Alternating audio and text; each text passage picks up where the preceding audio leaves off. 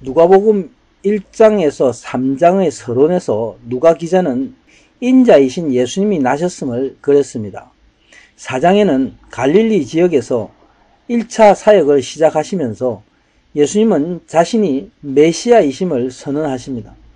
그리고 5장에서 자신의 오신 목적을 밝히시며 죄인들을 부르십니다. 이제 6장은 새 시대의 주인인 안식일의 주인이심을 선포하시고 새 시대의 새 교훈을 가르치시기 시작하셨습니다. 그리고 7장 제2차 갈릴리 사역을 시작하시면서 예수님은 자신이 누구이신지 명백히 증거하고 계십니다. 바로 예수님은 하나님이시고 메시아로 오신 구원주이심을 가르쳐 주십니다.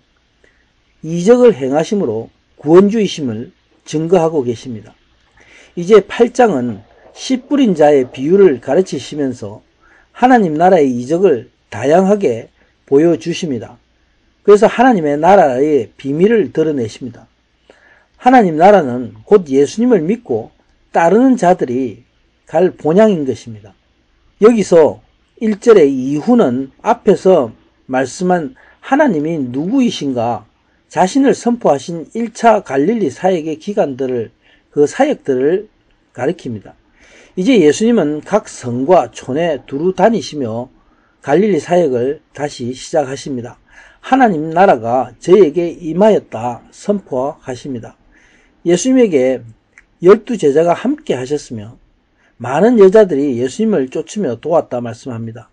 특별히 막달라 마리아와 안나와 수산나 등 여러 여자들을 언급합니다. 이들은 악귀에서 노임을 받았으며 병고침 받았다 말씀합니다. 자신들의 지위나 재산에 상관없이 저들은 충성됨으로 예수님을 도우러 섬겼습니다.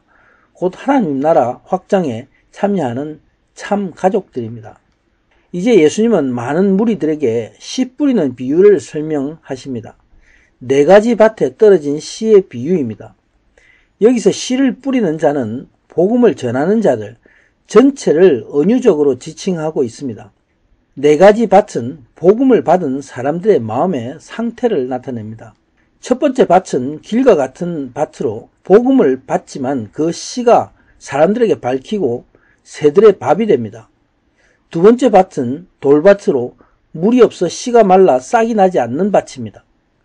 세 번째 밭은 가시밭으로 씨가 자라지만 성장하지 못하는 밭입니다. 그리고 네 번째 좋은 땅은 씨가 자라서 100배의 열매를 맺는 밭이라 말씀합니다. 예수님은 귀 있는 자는 들으라 말씀하십니다. 그러나 저들은 예수님의 말씀을 알아들을 수 없었습니다. 제자들도 그 뜻을 알지 못했습니다. 그래서 예수님께 여쭙니다. 예수님은 말씀합니다. 비유로 설명하시는 이유가 저들 감출자에게 감추어진 하나님 나라의 비밀이기 때문이라 말씀합니다. 감추어진 이유는 저들에게 일부러 숨기려는 것이 아니라 하나님의 긍휼하심 때문입니다. 하나님의 오래 참으심 때문입니다.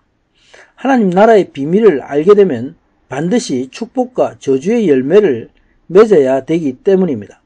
하나님은 알아야 할 자들에게 먼저 알리시며 이들을 사용하시기를 원하시기 때문입니다. 예수님은 제자들에게 이 비유를 설명을 하십니다. 여기서 씨는 하나님의 말씀입니다. 길에서 떨어진 씨는 말씀을 받았지만 마음이 가운데, 심령 가운데 말씀이 심어지지 않은 사람들입니다. 마귀가 말씀을 빼앗았으므로 구원이 없는 자입니다. 돌밭에 뿌려진 씨는 말씀을 받고 심령 가운데 심어졌지만은 자라지 못했습니다. 그래서 구원이 없는 자입니다. 복음을 배반한 자입니다. 가시떨기에 떨어진 씨는 자라났지만 열매가 없으므로 구원이 없는 자입니다. 저들은 세상에 대해서 부자였기 때문입니다. 오직 세상에 대해서 심령이 가난한 자가 좋은 마음이며 말씀이 마음에 익어서 좋은 열매로 결실을 맺습니다. 바로 온전한 믿음의 사람입니다. 하나님의 말씀은 축복이 되는 동시에 저주가 됩니다. 축복이 된다는 것은 좋은 나무가 좋은 땅에서 좋은 열매를 맺는 것과 같습니다. 그러나 나쁜 땅에 자라는 나무는 열매를 맺을 수가 없습니다. 오히려 악한 열매를 맺게 됩니다. 좋은 땅의 나무는 그 사람의 영에 뿌리를 내리고 잘 자라서 좋은 열매를 맺어야 하기 때문입니다. 그렇지 않으면 마귀의 밥이 되어서 나쁜 열매를 맺게 됩니다. 이런 면에서 예수님께서 말씀하시는 4가지의 밭은 그 열매로 볼 때 단지 2 종류의 밭일 뿐입니다. 열매 맺는 밭과 열매 맺지 못하는 밭입니다. 그래서 그 결과도 2가지입니다. 축복과 저주입니다. 그 축복은 영원한 생명이고 저주는 영원한 죽음인 것입니다.